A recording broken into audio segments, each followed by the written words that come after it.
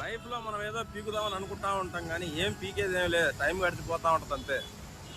సరేలే ఇది చేద్దాం అనుకునే లోపు మన దరిద్రం మనకంటే ముందుండి అది ఆ పని చెడగొట్టుతూనే ఉంటుంది. సరేలే ఏదో జరిగిపోతుంది కదా అనుకునే లోపు మన మైండ్ ఒకటే మనం కొట్టుకుంటా ఉంటుంది, ఏంది ఇంకా మన సంపాదన, ఏంది మన బతుకు, ఏంది మన జీవితం అని. కానీ ఎన్ని చేసినా జీవితంలో కొట్టుమిట్లాడాల్సిందే తప్ప ఆడ బతికేదిలే చచ్చేదిలే.